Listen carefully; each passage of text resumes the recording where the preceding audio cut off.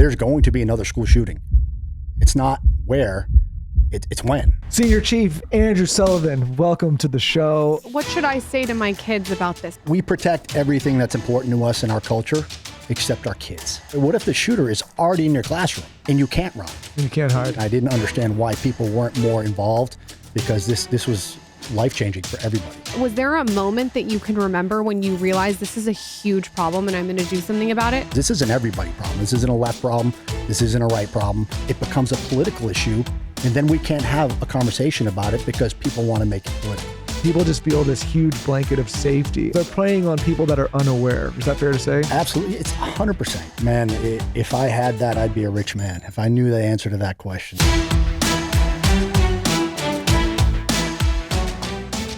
Hello, everybody. Welcome back to the Skinny Confidential, him and her show. Today, we have Andrew Sullivan on the podcast.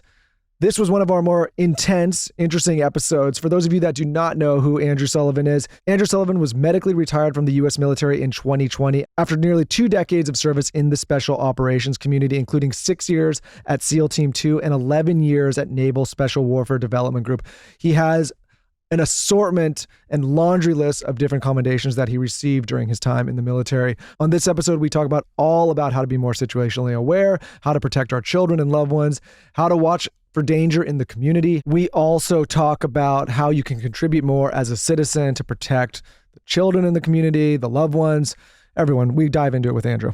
And if you're wondering, if you're watching YouTube, what we're wearing, we are wearing Travis Matthew. I am obsessed with what I'm wearing. It's so comfortable. I wore it to school pickup. It's like a little fleece button up, and it's just so comfortable to throw on. You can see it on our YouTube channel. What are you wearing, Michael? I went military green, olive green. They say it's because it makes my eyes pop. Okay, that's what I heard. Whatever you think. Big thank you to Travis Matthew. On that note, here's the show. I don't think I've ever felt safer in this office in my life. Senior Chief Andrew Sullivan, welcome to the show. So glad you came to do this. To give a little context, Lauren and I were in Nantucket this summer. We met you at our mutual friend Henry and Savannah's house. We were very inspired by what you were saying at that event and thought that, it was great that we were hearing it in that intimate setting, but getting you on to share this message here and in person and get a little bit more of your background, we thought would just be super interesting. So welcome to the show. I think to start, maybe a brief introduction on you to yourself. I mean, what you can share, not share, but maybe just introduce yourself to start. Well, I appreciate you guys having me. And obviously, thank you to Savannah and Henry for making this happen and for the introduction. I really wouldn't be here without them. So Andrew Sullivan, everybody calls me Sully. I grew up in Massachusetts. Bounced around a little after high school and college, and was in DC living when 9/11 happened. And for me, that was a calling card that I needed to do something. And I've always had in the back of my head being a SEAL and joining the military. And that was really the catalyst for me that pushed me over the edge to make the commitment. And I was 24 at the time, which was a little bit older and somewhat established and working. And it was a big decision, but the 9/12, I was trying to find a recruiter and go. That quick. I knew right away. As soon I'm watching it on TV happen and watching the people around me kind of go about what they were doing. And I didn't understand why people weren't more involved, because this was life-changing for everybody. And that's what I did. I joined the Navy and tried to get on the first flight out of there to go to boot camp with the goal of being a SEAL. And I went in on a SEAL contract, which means I had a guaranteed opportunity to go to BUDS, which is SEAL training. Went to BUDS, checked into my first SEAL team, thinking I would do 4 years and serve my role and do my part and then get out and go back to my life. But the people I worked with and the mission, it had me, it drew me in, it kept me in. And I don't think there's anything else I could have done in life that would have given me the fulfillment or make me feel like I was doing for my family and my community, my friends, what I could be doing as a SEAL and going overseas. So it turned into a career. And how long was that career in active duty? 18 years. Wow. So yeah, I medically retired in 2020.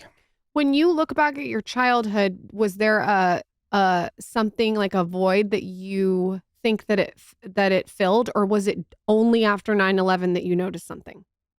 I don't know that it necessarily filled a void, but I remember we called it Vietnam. As a little kid, we would go in the woods and we would play guns and, cops and robbers and cowboys and Indians, whatever generation, they all had their thing. That was us. And growing up in Massachusetts, it's so pro-military. And I can remember every traffic circle, we call them rotaries, but every traffic circle has a sign right in the middle dedicated to a fallen service member in Vietnam. And I remember American flags hanging from overpasses, even as a little kid. And to me, that's that patriotism and that, I don't want to say glorified, but man, as a little kid seeing that, it made me kind of fall in love with the military. So I always had that in the back of my head, but doing it, it's a big commitment. It's one thing to want to do. It's another thing to actually, quote unquote, pull the trigger and dedicate your life to doing something like that, to service. We've spoken to people that have become SEALs on the show before. I think you've heard some of those episodes. From your perspective, what does it take to become a SEAL and get through BUD/S? I think a lot of people think about this and like, oh, could you do it? Could you not do it? Lauren, I remember one time she was like, do you think you could? I'm like, I have no idea. I don't think you could know unless you've done it. What are the qualities that it takes to actually make it through? Man, if I had that, I'd be a rich man. If I knew the answer to that question, because we spend a lot of money in the military and in special forces trying to figure out the qualities and the attributes of 18 to 20 something year old men and women that make them successful at these high stress, critical incident response types of jobs. And in the SEAL team specifically, it's hard to say. Everybody has this image of what they think a SEAL looks like, this, big jack dude and going to go over there and just crush. But in actuality, they're all different kinds. And there are some common denominators. And, I've heard it on the show, BUD/S is mental. It is. And there's a physical attribute to it as well. You have to be able to do the physical side of it, which a lot of people can do. And a lot of people can do the mental side of it, but they can't do it for the entire time, the 8 months that it takes to make it through, because it's just too much. And if I could put my finger on one attribute that I could say, hey, if this is what you have, then you're going to make it through. Or if you have this, you're not going to make it through. It's impossible, because there's just such a broad variety of people that end up going to that training. And it's really hard to tell who's going to make it and who's not going to make it. That makes sense though, because you guys are a team, right? So it's maybe Absolutely. different attributes and different people that make up the team and the strength. I've also heard... It's a great way to put it. And you're absolutely right. It makes sense. There's not one common denominator. I've also heard people that have made it through BUD/S and become SEALs also say that sometimes there's classes that like the entire class fails and that the team makeup of the people going through it is important or just as important as like going through it individually. Is that true as well? To some degree, yes. And I don't know if an entire class has failed. I maybe way back in the day, but definitely depending on the time of year you go, if you're a winter class, meaning you go through Hell Week, which is, what everybody hears about Hell Week. It's 5.5, 6 days of just nonstop training. And if you do that in the winter, you can add freezing water temps to the equation, right? So winter classes tend to lose more people than some of the other classes at other times of year. But it's, if you aren't there individually, right? It is a team aspect, and the SEAL teams, unlike any other department of the military, from day one, everything is about the team, teammate, self. That's your priority. And you're never alone. You have a swim buddy from day one. They preach that you're not doing anything by yourself, but nobody else is in your head. And if you can't handle the mental aspect of that training by yourself, because your friend's not your support network when it comes to the mental aspects of BUD/S, if you can't handle that individually, then you're not going to make it through. And a lot of people, it isn't the physical, it's that they get in their own heads and they can't comprehend doing what they're doing for extended periods of time, because it sucks. Every day sucks when you're in BUD/S. But it's the best time, the worst time, or what do you call it? It's the best time that I would never want to do again, right? Because I made some great friends that I still talk to suffering together. That sounds like the common denominator, though, is that you are able to get into your own head. And even though you're so uncomfortable, fight through the uncomfortableness. Yeah. Well, and there is a common denominator on the mental side. People have to be able to handle a lot of stress and compartmentalize the suffering for the greater cause. And it's a lot easier to do. I say this, and I'm sure people might agree with me. I joined right after 9/11, a time of war, and every day I went in, my focus was, man, I got to get over there and help, right? And that was my motivation to get up every day and suffer with my teammates. You had a greater purpose. I felt like I had a greater purpose. How cold of water are we talking in the coldest? I'd like to know. I mean, it's not cold plunge cold, but it's cold. I think it gets to like 57, 58 in the winter. But you're in it for a long period, I'm assuming. Yeah. So it's, sometimes people have this perception of buds that they're trying to kill you, and they're not. Everything is very specific. So they check water temperatures every day, and they have charts that say, hey, based on this water temp, you can put the students in the water for X amount of time before they get hypothermic. Because they don't, they're spending all this money to put people through training. They don't want to lose people to something dumb like that, right? Sure. There's a lot of other things that could happen outside their control. Like you could tear your ACL, MCL, you could get a significant injury. We don't want exposure to be one of those things. So it's very calculated, the training. And it's over how many years now that they've been doing it. So if a young guy came to you now and was like, hey, I'm motivated, I'm going to buds, I'm going through, like, what pieces of advice would you give that person? First thing I would say is get your degree.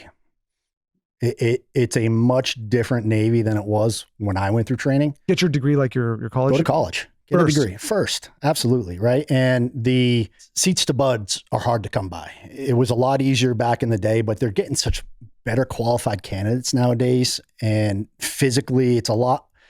The internet is a crazy thing, right? You have a much greater ability to look up what it takes to get through training, and guys are coming in much better shape. So you need to be able to set yourself apart. And man, a lot of kids now are coming in with college degrees already, which is great. It gives you a little bit of an advantage and a leg up. So that's the first thing I say, hey, man, get your degree. And if college isn't for you, that's fine. Do it.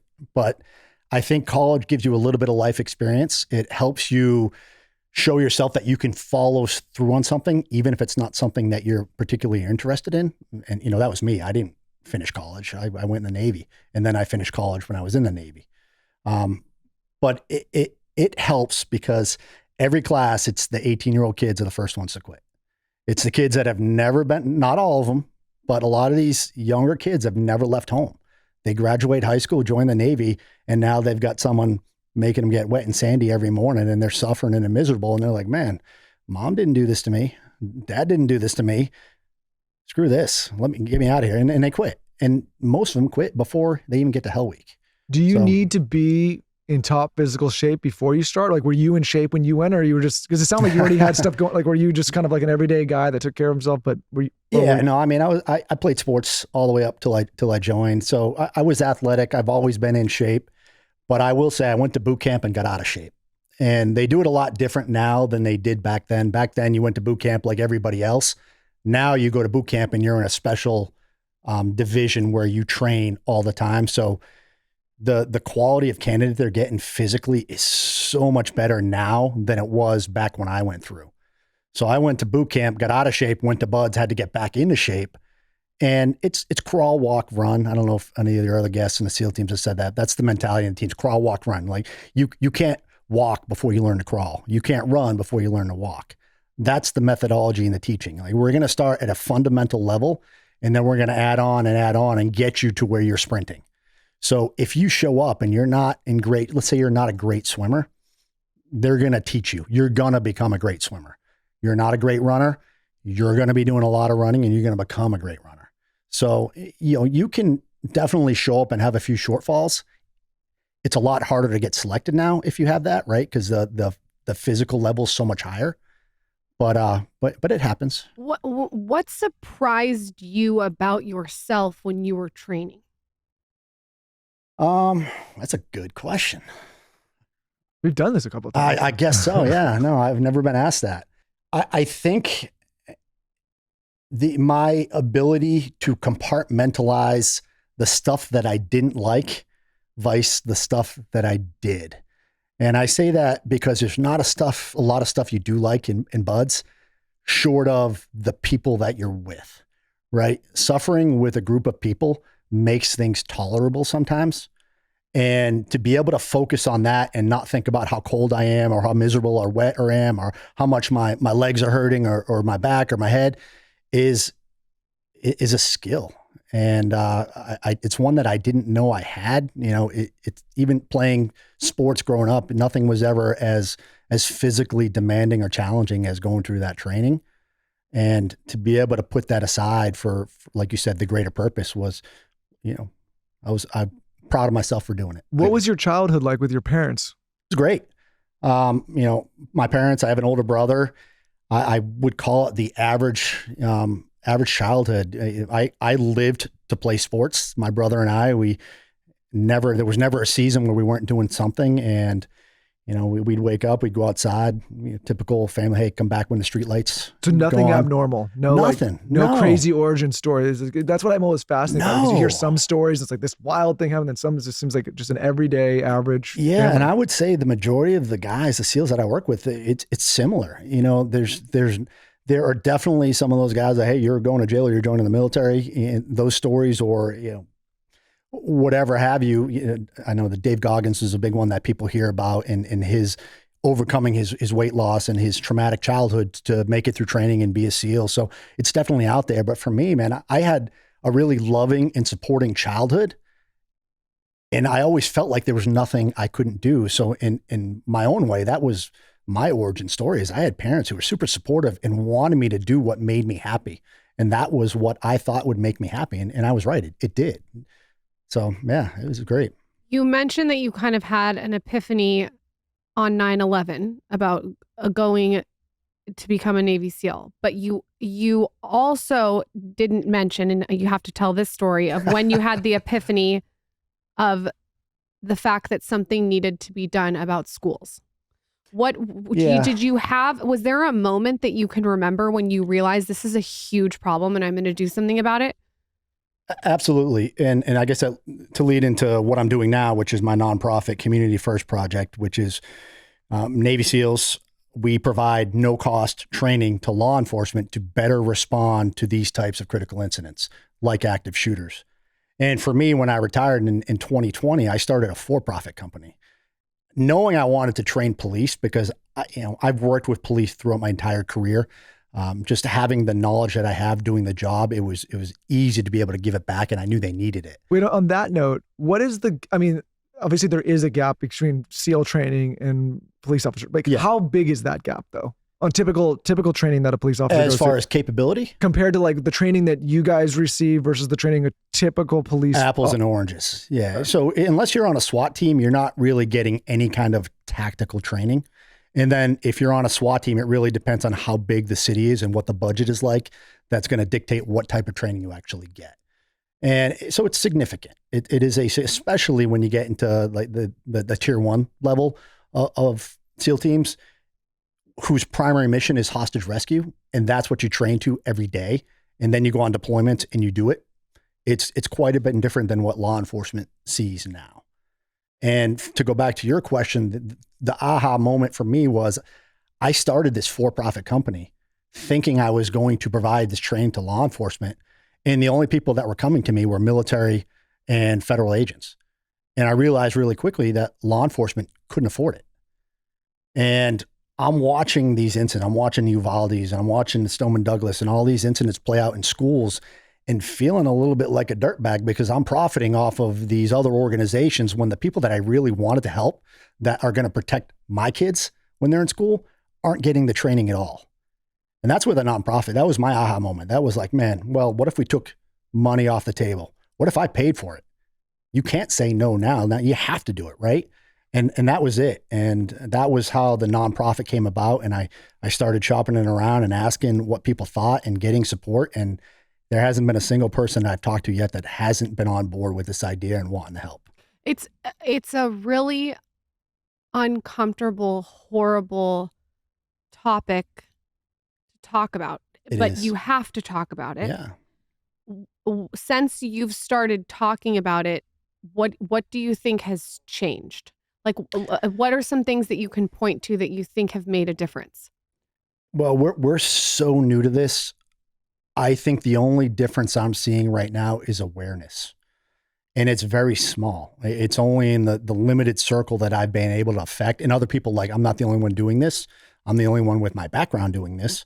But, when you read some of the statistics that I'm putting out on my website or my social media, most people are just flabbergasted. They don't realize the limited amount of training that's available to law enforcement. What are some of those statistics? I mean, there are states where it takes more hours of training to become a barber than a police officer, meaning you have to train longer to carry scissors than a pistol, right? Most police officers shoot an average of 12 to 15 hours a year, and that's it. I shoot more than that.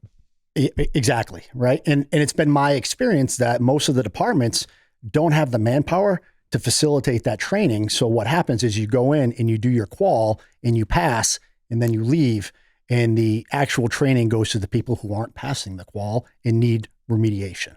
So there are national standards and averages, but I would say most departments are not reaching them.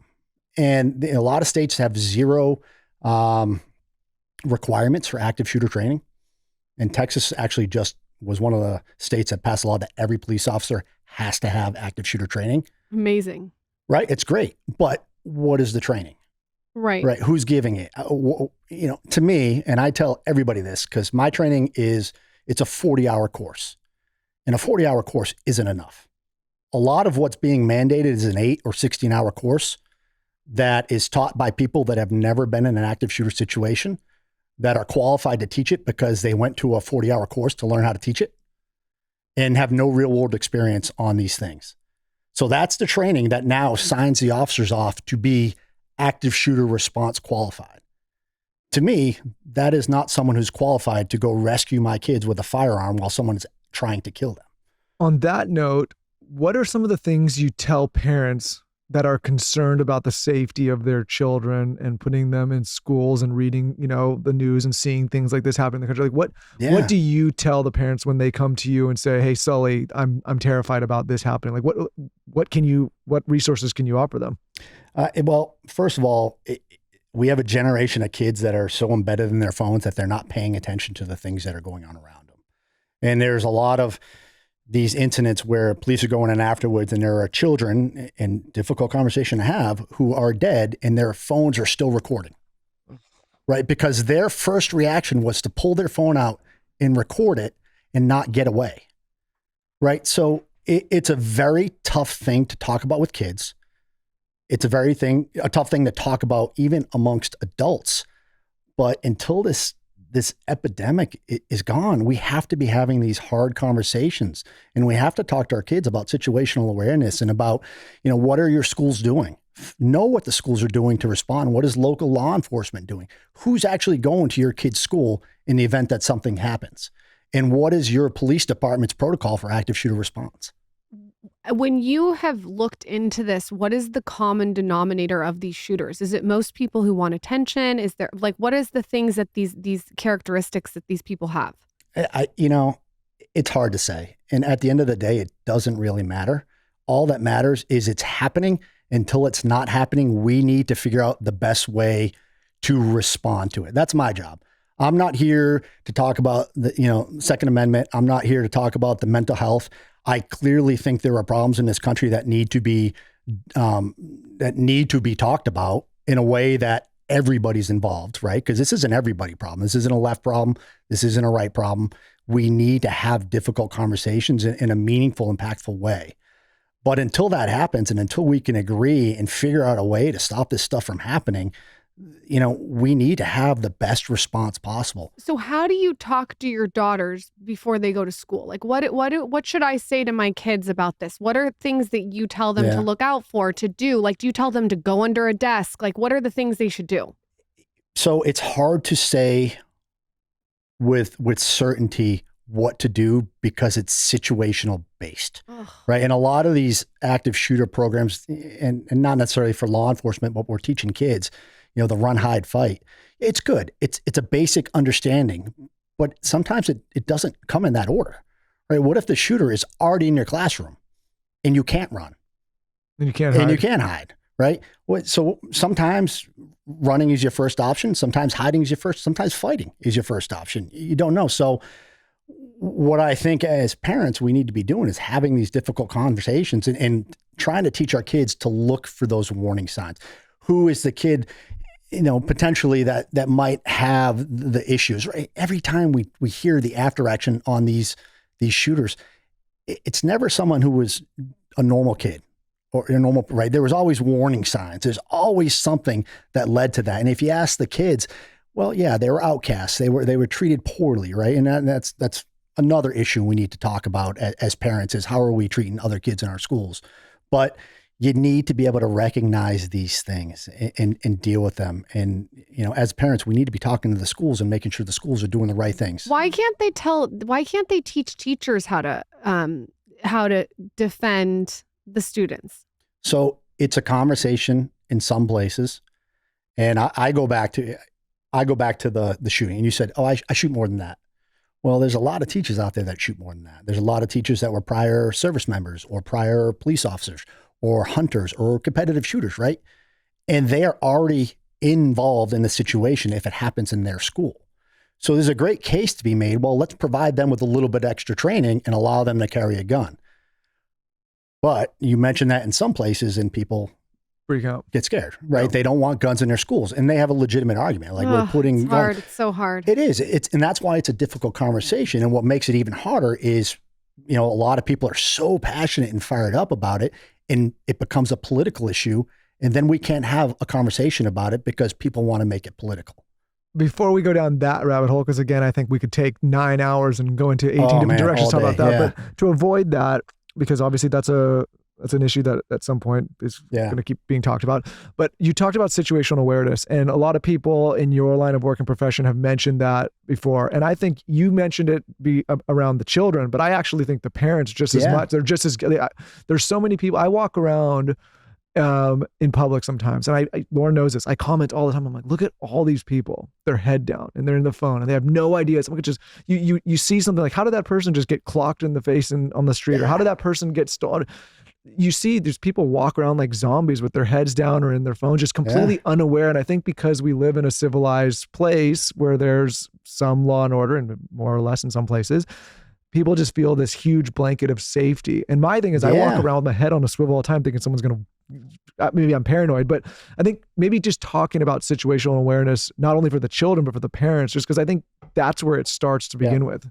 Situational awareness, mindset, right? We need to start talking about the mindset of people who are doing, living their lives. And like you said, the cell phone, it's a great tool. We're walking around with computers in our pocket, right? The knowledge, our kids have knowledge in their hands that we never had. We had to go to the library, look things up in books, right? And now it's there, and that's great, but it's also really dangerous. And driving. I hardly ever will drive my motorcycle anymore, right? Because people will sit there and be on their phones driving cars, and it's just so unsafe. And it's a tough, again, conversation to have with adults who don't like to be told what to do. It's much easier to tell a kid whether they do it or not. I don't know. I can tell my kids all day, put the phone down, and I can't control what they do when they leave the house. It's the same thing with adults, but adults are, I think, a little bit more stubborn. But based on what your experience, is it fair to say that if there is a threat of some sort, say someone wants to harm you, just being aware and making eye contact with that individual is maybe half the battle in some cases, because they're preying on people that are unaware. Is that fair to say? Absolutely. It's 100%. You're trying to recognize a problem before it happens, right? And that's the awareness we're talking about, being alert when I walk. I never walk into a place on my phone. I'm always up. I'm looking at exits. I'm looking at people. Anytime someone is behind me, I'm stepping aside. And that's just probably my background in the military and being overseas and seeing what I've seen. It's too many people are hyper focused on what their individual task is that they're doing at that time, that they're not paying attention to the surroundings.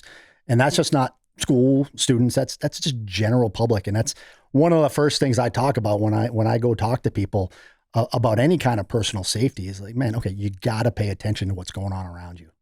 If you could wave a wand and have like your dream happen. Yes. With all of these schools to protect them, what does that look like? Like, what does your Sully checklist look like to get everyone sort of buttoned up? I mean, if it's a magical wand, I just say there's no more active shooters, right? And it's done. Okay, but let's say there is. Let's say that it could happen. We protect everything that's important to us in our culture, except our kids. Like there's no security at a lot of schools, and schools that do have security. So weird. You're right. It's We have really, this airport. yeah. I get felt up and finger banged every single time I go through the fucking airport. Yeah. It's like, Thank God I honestly, haven't had that happen to me. They bend me over with the dildo, and at schools there's nothing. Is this You know Austin? what I would say? Ask Michael. Thank God I'm not Michael, flying out of ask Austin. Michael. If Yeah. you're not going to defend me right now, I'm going to No, lose. it's wild. And you know what? It's the I women get that do it picked too. every videotaping. time. Yeah, I yeah. get tell You him. get the extra screening. Listen, do you know what she fucks up though? Because she'll come in full hair and makeup sometimes when we're going to do something like this. I go in, I I'm look like like I just rolled out of the Copperfield. trash. You know what I mean? Like, Smack my Yeah. ass, whatever. But it is true. You're so right. I'd never even thought about that. The airports are so gnarly, and Everywhere, banks, even businesses, right? You can't get in anywhere without a key card. I mean, even like coming into here, right? You gotta- Coming in here, going through security, but we don't do that for our schools. And we just want that perception for our kids that, hey, you're safe when you're at school, right? And that's great. I love that idea. But, that's great until it's not great. And at some point, we need to start choosing between safety and the perception of, we live in this free world where nothing bad's going to happen to you. Because we don't know where the next active shooter is going to be, but we know there's one coming. There's going to be another school shooting. It's not where, it's when, right? And where it's going to happen, we don't know. So we can't pick and choose. All right, we need to make this school safe, that school safe, because that's where it's going to happen. It's either all or none. And unfortunately, it's usually the schools with the money to be able to do it that have the security to protect them. are there any schools that are adopting security? Like, are you seeing some schools that are going? Absolutely. There's a lot of schools that are doing it, and there's a lot of, we call them school resource officers. So there's a lot of police departments that have school resource officer programs where they're putting police officers in the schools. But again, it's only good if they're trained. And we saw Stoneman Douglas in Florida had a school resource officer, and the guy didn't go in. He went and hid while kids were dying, right? So a lot of these, and this is in every department, and it might not even be the majority, but there are departments where that position is someone who doesn't necessarily want to be or fit in with, being out in the field as a patrol officer. So we're going to put them in schools. But from your perspective as someone with combat experience, is this something that, I mean, obviously you can train for it, but how are you able to, like, say you put an officer like that, how do you know someone's going to answer the call and have the courage? Like, is there any way you can even vet for that, or is it just training? Well, I think if you started vetting police officers for the attributes it takes to become a Navy SEAL, you wouldn't have enough police officers. Sure. Right. So you can only vet so much in law enforcement to be able to, 800,000 police in the US. You have to have the standard has to be lower than what it takes to be a tier 1 operator. Mm-hmm. But at the same time, if the first time you are under stress the way you would be when someone is actively shooting and not in a training environment that is controlled and you can work on the response and make the response better, then you're wrong. We need to start training police officers in stressful situations. We need to put them in stress regularly as part of their training so that they learn how to deal with the physiological and the psychological effects of stress on the body, because that is the limiting factor. It's that you're freezing in the moment because you are fearing for your life and you don't know how to respond. For somebody who's never been in the situations that you've been in, without going into so much detail, what are the physiological or mental effects that happen when you actually get into a firefight or a situation? Like what happens for somebody who's never experienced anything like that? Like what does the body do? Sure. Have you ever jumped out of a plane? Yeah, actually I have. The first time you jumped, what did you see? Not a lot. Right. Not a lot. You tunnel vision at the ground, like, I was just trying to put myself, I've only done it once. Yeah. I'm trying to put myself back. That's what it's like because you're afraid in that moment that if this parachute doesn't open, I'm going to die.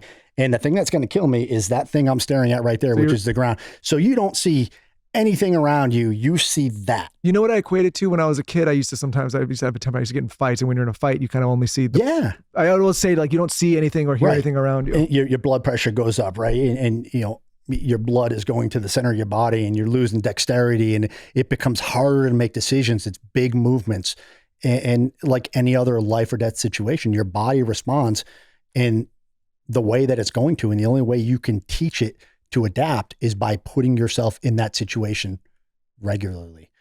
And it just doesn't happen. It doesn't happen in the military except for maybe special operations and some select units. It doesn't happen in law enforcement except for maybe SWAT teams. And unfortunately, it's not SWAT teams responding to school shooters. It's whoever's closest. And usually that's the person with the least amount of training. So from the first time that you had a situation to the last time, is it a completely different physiological response? Your body just adapts and you get used to it? Yeah. And I mean, the first time someone is shooting at you, it's there's a definite pucker factor. It's not fun. And, it definitely changes, right? You learn to recognize gunfire. You learn to recognize gunfire from accurate gunfire. And you learn to recognize accurate gunfire from, oh shit, I need to get on the ground and hide, right? And, if there's a shooting in this building right now, the hardest thing to know hey, where is that shooter? You just hear gunfire and you panic and you don't know what to do because am I running towards it? Am I running away from it? It's a really hard thing to discern for someone that hasn't been around that regularly. And that just adds to the fear and the unknown. And the more you put yourself in those situations, the easier it becomes to make better decisions. And at the end of the day, that's what we're doing. We're just trying to help officers control the stress in the response so they can make better decisions that are going to save lives and keep them safe as well. So is there a different sound from like a fake gunshot? You just kind of said to a real, there's different sounds? Yeah, a real gunfire vice a blank or something, there is a different sound, and it's going to be louder and there's going to be more concussion that comes along with it, depending on how close you are to it. But there's also, when bullets are coming at you, there's the sound of the bullets whizzing past you that you can hear. So you might hear gunfire, but if you're not hearing the rounds impacting, then the gunfire is not coming in your direction. I don't think that, obviously we're pro-military on the show and pro-police and then all, and we've always been that way.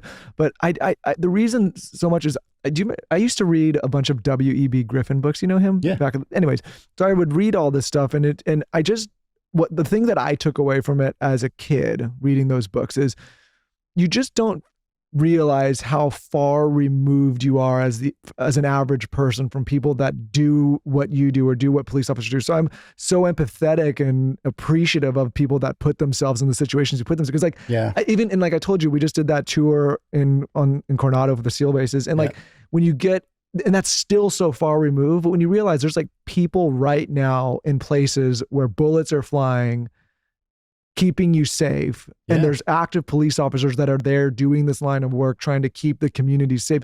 I think like the average person has such a disconnect from that. And it's easy to get online and like get on your high horse and comment in whatever way you feel. But I think that it's unfortunate that disconnect exists. Obviously it's going to be there because you're not in the situation, but if people would just get closer to empathize, like what guys like yourself and women like yourself like go through, it's just a wild thing to fathom and think about. Like Lauren and I have never had to be in a situation where like there's bullets flying and we're having to distinguish between the sounds. You know what I mean? I do. And I appreciate that. It's definitely a great perspective. And I would say one of the hardest things I have to do is teach people that there's actually a problem, because Hollywood paints law enforcement and military in a light that isn't accurate. And so most people believe that police are these Navy SEALs. They have the same training. I did before I heard you talk. Right. And I did. It couldn't be any further from the truth. Like you said, you shoot more than most police officers. Yeah, and I do not consider myself qualified to be a police officer or an active military member. And I do that. You know what I mean? Like, yeah. So it's crazy to hear you say that. So we have, that's part of the reason. And I think that there's a lot of negativity towards law enforcement because there isn't really an understanding of what they do. But when things get bad, we expect them to do their job at a level that they're not trained to do it at. And so they're set up. They're set up for failure. I use sports analogies, and if I'll give you one, but like if you were to take a baseball player and say, "Hey, I'm going to make you a quarterback," right? So he's an athlete. He's obviously got some ability, athletic ability, and then you bring in an ex-quarterback and teach him how, this is how you throw a football, and teach him some maybe fundamentals of this is a pass pattern and this is a drop back, and for a week you teach him how, and then you set up some canned plays with fake defense and you let him run those plays and he succeeds because they're canned. And then at the end of the week, said, okay, here you go. You're a quarterback. Oh. Go back to your job as a baseball player. And then 5 years later, call that guy and tell him, hey, Tom Brady's hurt. You're starting in the Super Bowl. What do you mean? I don't know how to play football. No, it says here, you're a quarterback. You took a 1 week class. And also it's not like, oh, like you have a day to prepare. It's like, we need you now. Right now. That's what we're doing to these police officers. We're giving them a week of training on, tier 1 Navy SEAL mission, which is a hostage rescue or active shooter. And then we're sending them back to do their job. And then who knows, at any point in their career, they get a call and say, hey, I need you to do this tier 1 mission and go rescue these kids. And then when they fail, we want to blame them and throw them in jail and sue the police departments and just ruin their lives, right? Well, of course they're going to fail. You didn't prepare them to be able to respond to this. What worries me about and I've said this before and I got some shit for saying it, some of the negative press that a lot of these police forces get is like, if you're seeing this as an aspiring individual that's like maybe thinking you want to be a police officer, and now you're seeing some of the flack these people take whether they fail or they do something wrong, or like, what I worry about is like, who then is saying like, that's the career I want to jump into? Like you're maybe going to get people that, like all the people that you might want to get might say, hey, I'm not doing that anymore. Yeah. And we see it up. By the way, I think the same thing for politicians, but right. And we see it a lot in those, places like Boston, New York, Chicago, all these old blue collar cities that have generational police departments, right? My grandfather was a cop. My great grandfather was a cop. My father was a cop. I'm going to be a cop. Well, now they're going to be firemen because nobody hates when a fireman shows up. No, everybody's happy, right? You're coming to save my life. Come on. I love it. And, the pay scale is the same. The hours are better, right? You work 2 days, you're off, or work 1 day, you're off 4 days, whatever so we're losing all these potentially qualified people that wanted to be police officers. And now because of this public sentiment that vilifies law enforcement, they're choosing other careers. And then the people that have been on the job for a long time are getting out and leaving, and all that experience is going with them. It's a scary time. Yeah. Right? And I'd like to say that the pendulum is starting to swing back and that perception is changing, but we've already done a lot of damage. Well, I think people are starting to maybe think and come around to the idea that it might be a good idea to have law and order in our cities. Yeah, right? Yeah. What a novel concept. You'd think, yeah. Do you know about Lightbox lab-grown diamonds? Their prices start at $500 per carat. They have free shipping and free returns. And basically, they're grown through science and they're beautiful by design. The lab-grown diamonds are grown using 100% wind power and 100% renewable energy. This is so interesting. And they're grown to be gifted. They're very sparkly. I've seen them. And if you want to unwrap some sparkle this weekend, you've got to check out Lightbox. This is a good one to send to your significant other. Be like, I need some Lightbox lab-grown diamonds, please, in my stocking. Lightbox is a fashion-forward, lab-grown diamond brand with a modern approach.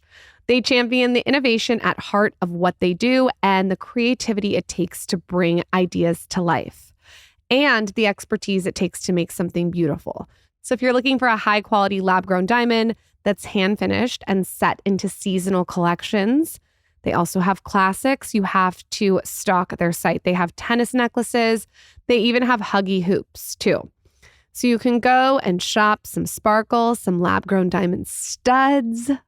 They have different shapes, sizes. You can set it into a custom piece. Discover Lightbox Jewelry's lab-grown diamonds for yourself on lightboxjewelry.com. Plus, all new customers will get 10% off on their first order on lightboxjewelry.com using code SKINNY10. That's lightboxjewelry.com with code SKINNY10. The Skinny Confidential Him and Her podcast is sponsored by BetterHelp. How do you stay cozy during the winter months? For some, wrapping up in a blanket with a mug of hot chocolate or watching a movie with the family is the best way to spend the month of December. I also find it to be a great month to unload your woes, talk through your problems, share things that have been troubling you, and just get your ideas out of your head. Who better to do that with than BetterHelp? What we love about BetterHelp is it brings online therapy to the comfort of your own home at the convenience of your own time, cost effectively. We have been partners of BetterHelp for a very long time now, and Lauren and I have experienced so many high performers coming on this show talking about all the benefits that they have seen through doing therapy, talking their ideas through, sharing their problems, working through issues, which is why Lauren and I could not be bigger proponents. So if you've been on the fence thinking about giving therapy a try, what better time than the start of a new year? If you're thinking of starting therapy, give BetterHelp a try. It's entirely online, like I said, designed to be convenient, flexible, and suited to your schedule. All you have to do is fill out a brief questionnaire to get matched with a licensed therapist and switch therapists anytime for no additional charge. Kick off the new year in the most productive headspace that you can be in with BetterHelp. So check them out. Find comfort this December with BetterHelp. Visit betterhelp.com/skinny today to get 10% off your first month. That's BetterHelp, HELP.com/skinny. BetterHelp.com/skinny. Prolon. I have been learning all about fasting. I'm very excited about this. I actually interviewed a very prominent doctor all about fasting, and he talked about actually like kind of tricking your body into fasting. And there is this brand, it's called Prolon, that does exactly that. So basically, it's a science-backed nutrition program that's proven to get real results when it comes to supporting metabolic health.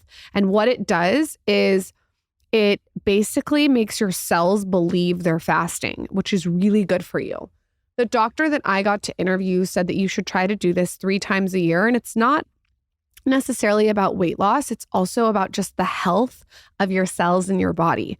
And this was very on brand for me because I actually have tried Prolon twice. I did it before I went on vacation.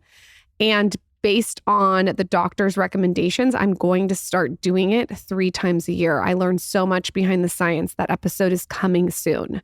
So if you're battling high blood pressure or weight gain or high cholesterol, this is a great way to jumpstart your health journey.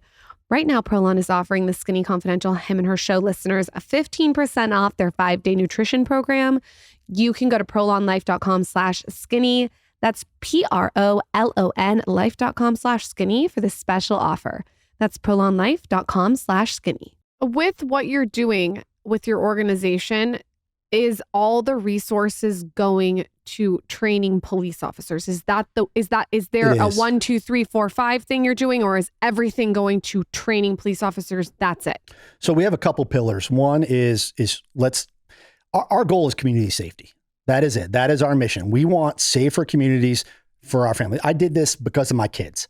I want my kids, when they leave the house, to be safe. I don't want to worry that they're going to go to a movie and someone's going to walk in and start shooting, or to school or to the mall, right? That's what it is. That's mission number one, is how do we keep our kids safe? And we do that by making sure that the people who are tasked with responding to these incidents are as highly qualified as possible, and we're getting them the best training as we can, and we're doing it at no cost. The second one is because, in part, of all this stuff we just talked about with the negative sentiment from a large part of the population against police, and the types of things that we're seeing specifically with the school shootings and children dying, the mental health issue in law enforcement is critical right now.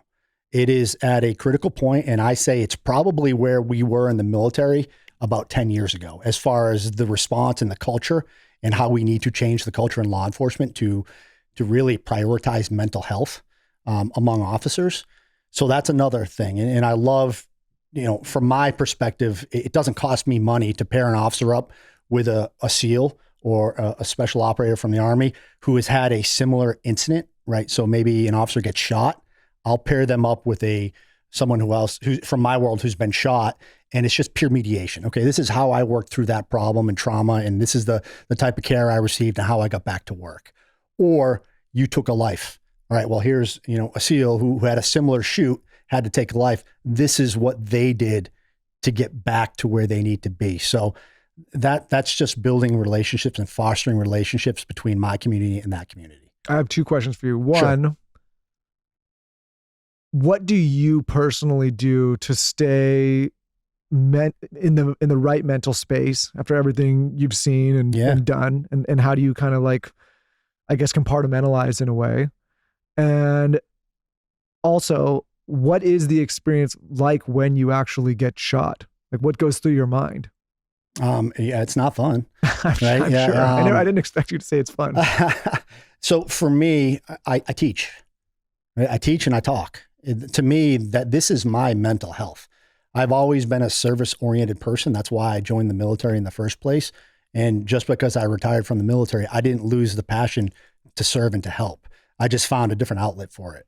And thankfully, that outlet is also, for me, it's mental health. To be able to teach someone something that I learned over my 2 decades in the SEALs that potentially could save their lives or the lives of an innocent person is a very gratifying thing to do. And I also think talking to my peers about my experiences and overcoming some of the cultural faux pas of, hey, we're these tough guys. We don't talk about our feelings and problems.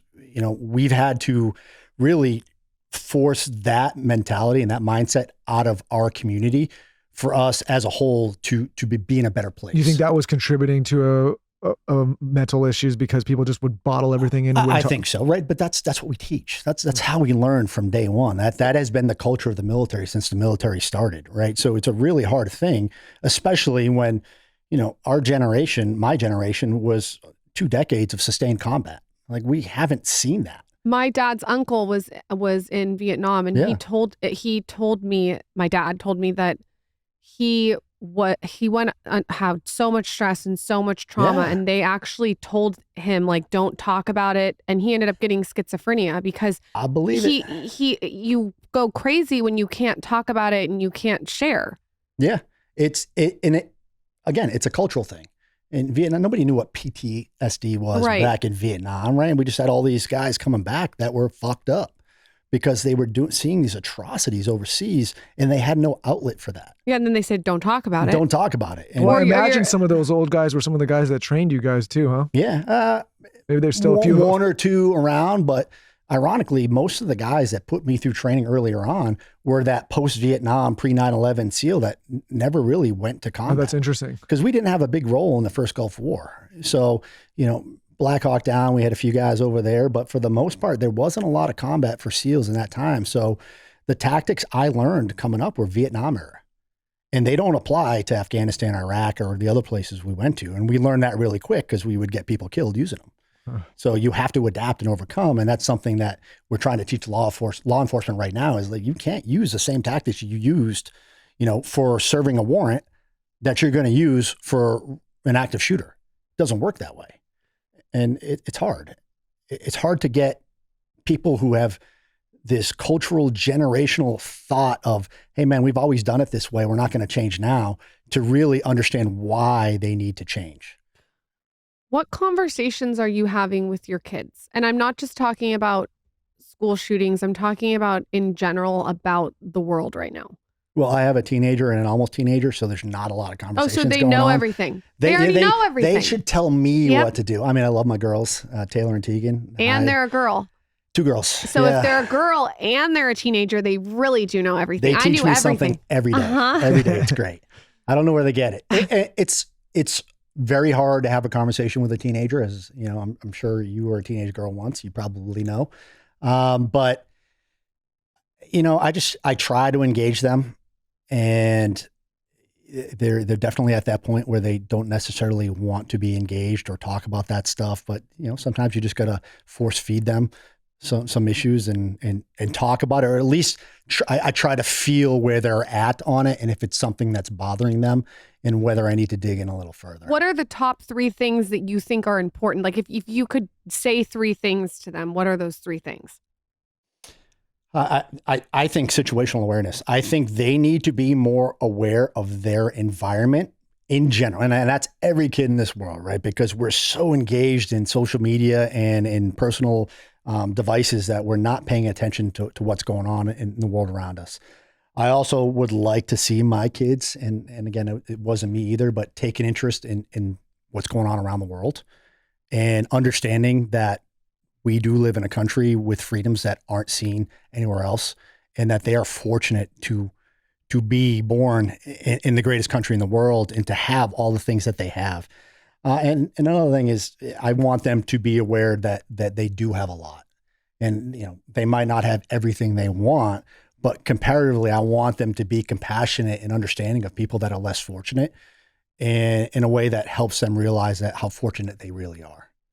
Yeah, I mean, again, I think there's a disconnect, and I'm passionate about this. I think if you were born in this country and you have the liberties that this country offers, you just don't realize that you have it better than the majority of the world. And Absolutely. if you've seen you've seen it firsthand, but I just think people that they're not aware, they haven't seen it, they don't understand how good they have it almost. And there's a lack of gratitude then, because you just feel like, oh, like whenever I hear people whining and crying about how bad it is here, I'm like, there are people that would die and give everything to come here and have what you have. There are people that do that. They give everything and they leave their whole world behind to come here. But again, like it's like being able to see past your own front door, your own, It's crazy. Some of the unhappiest people are the people with the most. And then, I think I've been to 80 something countries, right? Some of the happiest people that I've ever come across are the people that have the least. And what do you think that is? I don't know. I wish I did. It's crazy though. Some people that, if they don't work, they don't eat every day. And that's it. That's their life from birth to death. And they're happy. And the kids are happy. And what countries are you talking when you say this? It's not necessarily a country thing. It's, all the countries I've been to, you see it. It's not one specific country. What do you do? This is a tangent, but that's the show. Okay. To get your muscles now. How are we keeping the muscles? Oh man, I watch your show and while I'm working out, and that really motivates me. Okay. I'm assuming weightlifting. Yeah. So, I've always been an active person. And so I have a fairly strict schedule when I'm not traveling. What's the schedule? I can't wait to hear it. Oh man. Yeah. So I wake up every day, usually around the same time. I don't set an alarm. It's what time? Usually 6:30. Okay. Not too early. Yeah. Not late, not early. Yeah. I was joking with Carson. I was like, listen, Sully's out there. He's been hiding under the table the whole morning. I'll be waiting for you. Escort me down to my car, please. I get up every day. 2 cups of coffee, start my day.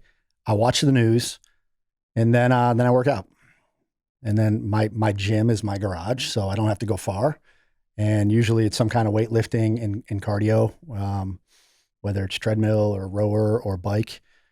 And then for me, while I work out, I'm working.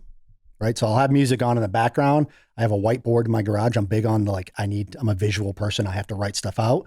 And I do a lot of my critical thinking while I'm lifting. I love that. And I have my board and it's something pops in my head. It's like, okay, that's what I need to focus on today. I write it down and then I'm done. I drink my protein. I'll eat something and I go back and I snap a picture of that whiteboard and I go to my computer. And that's usually what I'll start working on. God damn it, Sully. Now when Michael gets a gym, because now I can see, no, he's going to have a fucking whiteboard in the gym. I can already see. Make it a big one. I can already see his brain like, I need a whiteboard. Do not roll a fucking whiteboard in my house. Giant whiteboard in there. You know what's better? They have the digital ones now. Oh, so cool. No, that's what you should do. Don't do this a couple to me. grand. You get that I can beam big digital one, and you can do all that swoopy, swipey stuff. It's. I like to drop my kids off at school. I like to have a go-to uniform. I don't want to be switching it up. I like to keep it simple. I don't want a lot of print. I want something warm. It's detailed. And there's a cloud fleece half zip that I've been wearing a lot. It's from this brand Travis Matthew. I actually got it in a baby blue and a black. I sized up and got a medium, and it looks so cute with leggings or a bodysuit. I'll throw on my Ugg boots and I'm out the door ready to go. They also have a lot of good basics that are simple. They have a gift guide. They have stuff under $100, under $50. But if you're going to go on the site, you have to check out this cloud fleece half zip up. Okay. It's a good one. And it's just classic. It's a classic Nantucket-esque zip up. I don't know about you, but I feel like it's really, really flattering. There's something about a zip up. I feel very like mom, but cool in the zip up. Go on and look at it. It's very cute.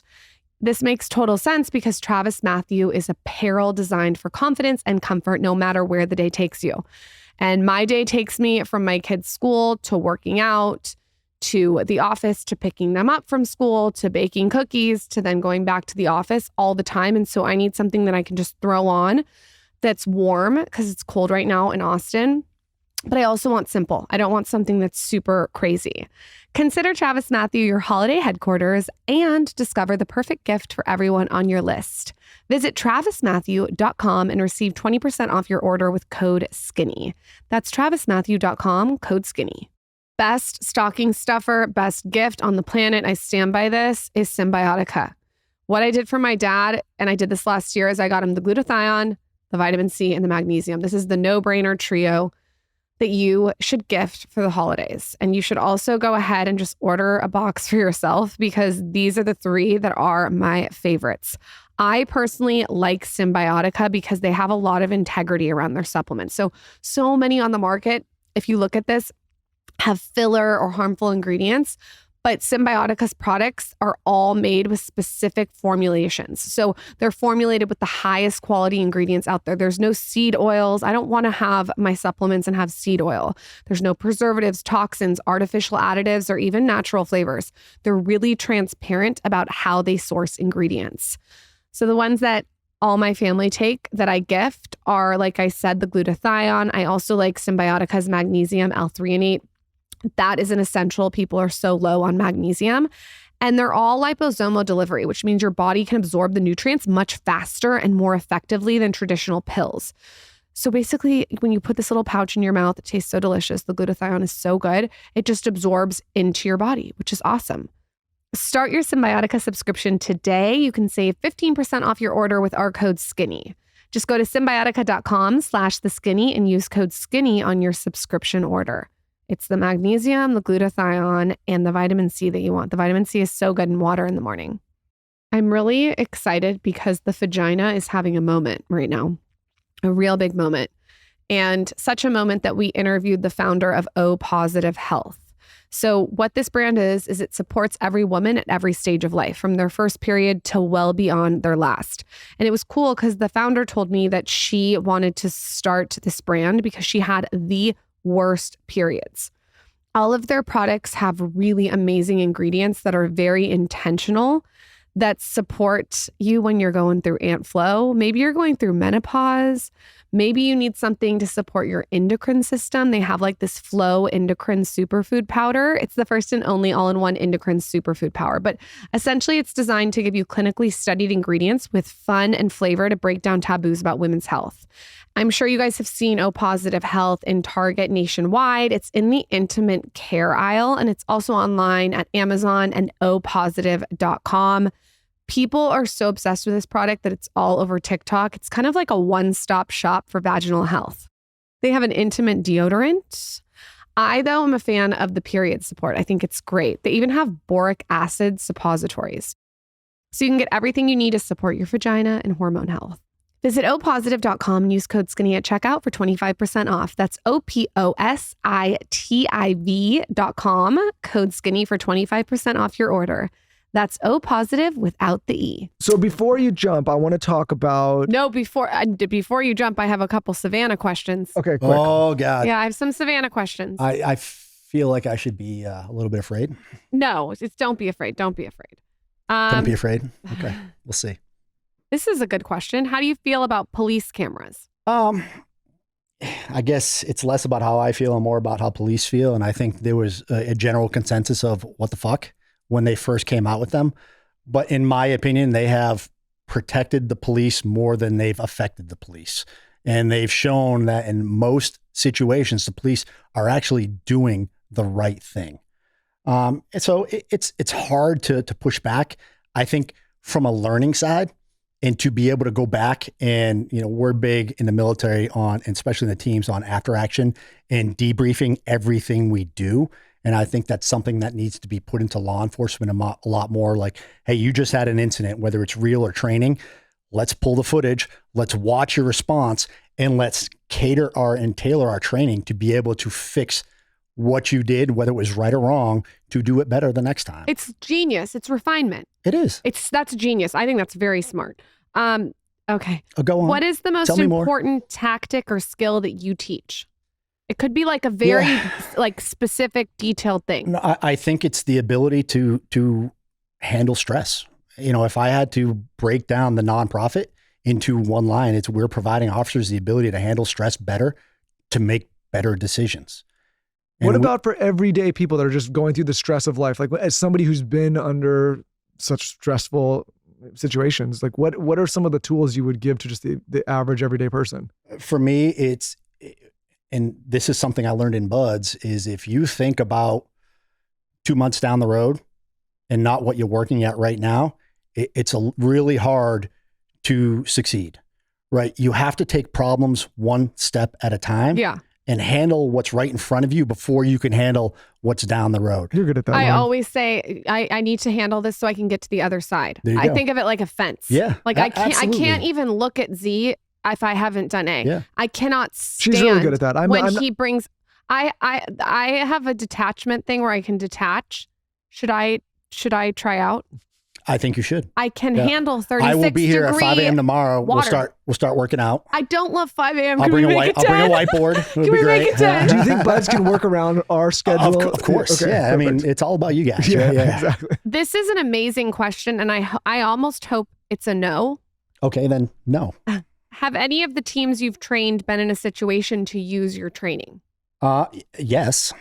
And it's a great question.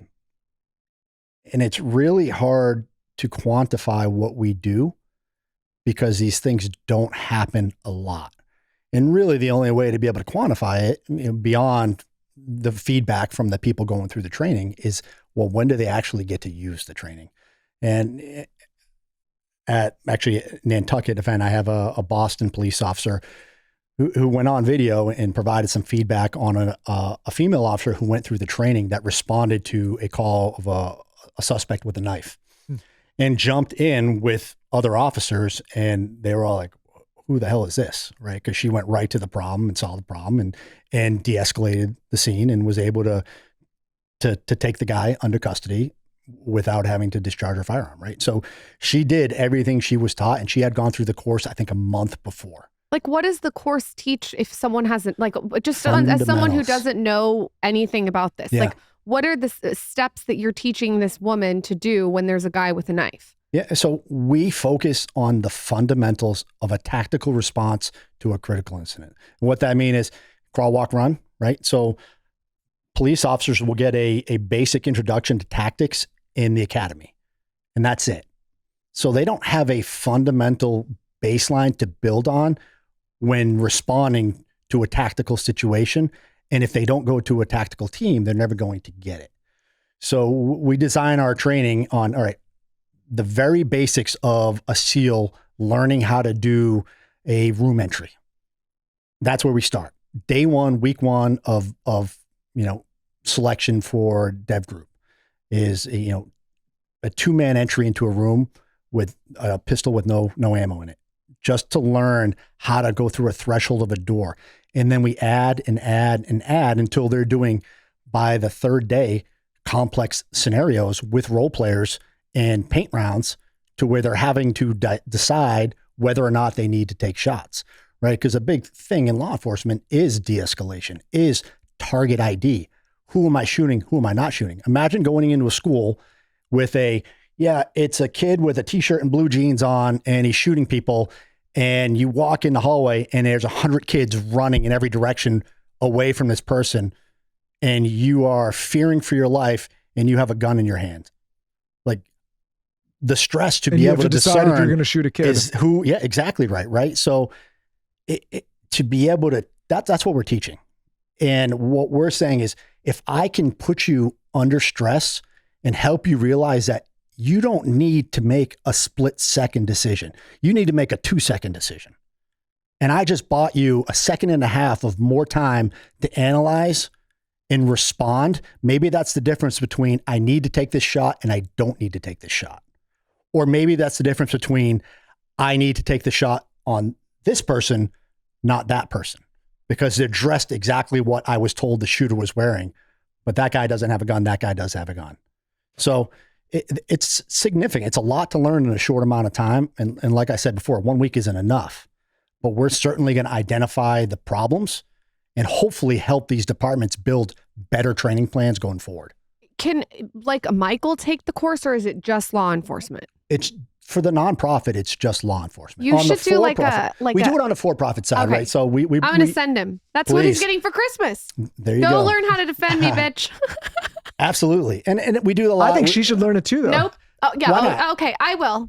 There's a lot of things you He's can right. learn. No, he's right. I just feel like I've been trying to take her for years to I do a go. lot in my Yeah. life. I do a lot in my marriage. And I just feel like, fuck, if I can't just close my eyes at night What and if be I'm not there? defended. What if I'm not there one night? But you're always there. You're up my ass. Wow. Maybe one day I won't be. So, okay, Oh, man. but like, Oh. I just sometimes am like, can he just do it? Let's put it this way. Don't you Yeah. want? But then I our- hear you talk and I need to be more situation, like to be, I need It's to be a more. skill you I have agreed. that you hope you never have to use. Yes, I agree with you. Right? Listen, And- So you do women too. Yes. All the You do time. women. I prefer that. Yeah, thank you. Yeah. But let me ask you this, Lauren. So like here we have a daughter now, and I want her you to better do be it. sure. Like I'm going to want to teach her some of these skills and how to be situationally aware. Like I don't like. It's important because Yeah. just being aware of threats and danger that are around you is like I said, I think it's a huge portion of it. I can be oblivious. I know what We my all can. my weaknesses Yeah. are, and I'm a little oblivious, which makes me nervous if I'm being really self-aware to be around a firearm. There's something Sure. about it that I can be a little distracted, and so that makes me it makes me a little bit nervous. Yeah, but you should have a basic understanding of firearms. Yeah, I don't. And kids, as soon as my kids were old enough, I shoot with them sometimes, but as soon as they were old enough to hold a gun or go to a friend's house where, I don't know what their parents are Oh, doing this when they're at makes a me friend's house, sweat. right? So my kids have a working knowledge of gun safety. Yeah, And they don't really should. have an interest in Yeah. shooting, but they're going to know about firearms, and they're going to know, like, if there's a firearm and I'm not around, treat it like it's loaded. Don't touch it. If they want to touch it, you need to leave that situation, right? And Yep. and as a parent, we should be teaching that, because even if we don't have guns in the house, which a lot of people don't, you don't know where they're at after school, especially as they get older, and you want them to know how to respond to those situations. And I would say the same thing applies to you.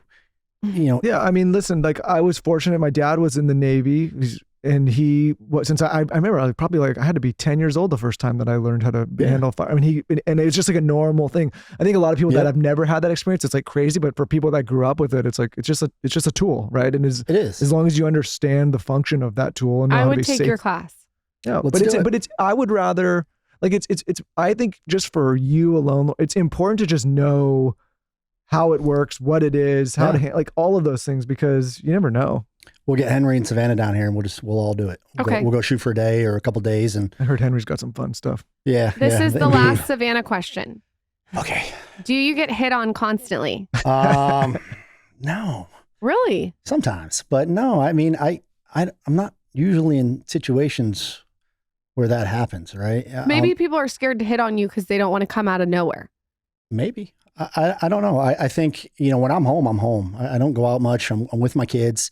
And when I'm on the road, I'm working. It's, I love my job. I'm going and to I tell love you doing it. something, Sully. Oh, God. There's been a couple people who've come on this podcast. No. One of them got married and has 2 kids now. So I tried that. be careful. I have 2 kids. You know, I was be married careful. once. Yeah, There but might be some ladies sliding into the DMs after this. there might be a DM slide. I want to talk about if people want to support Yes. Yeah. the charity, what- and I yes. want you to also talk to the parents about how this works.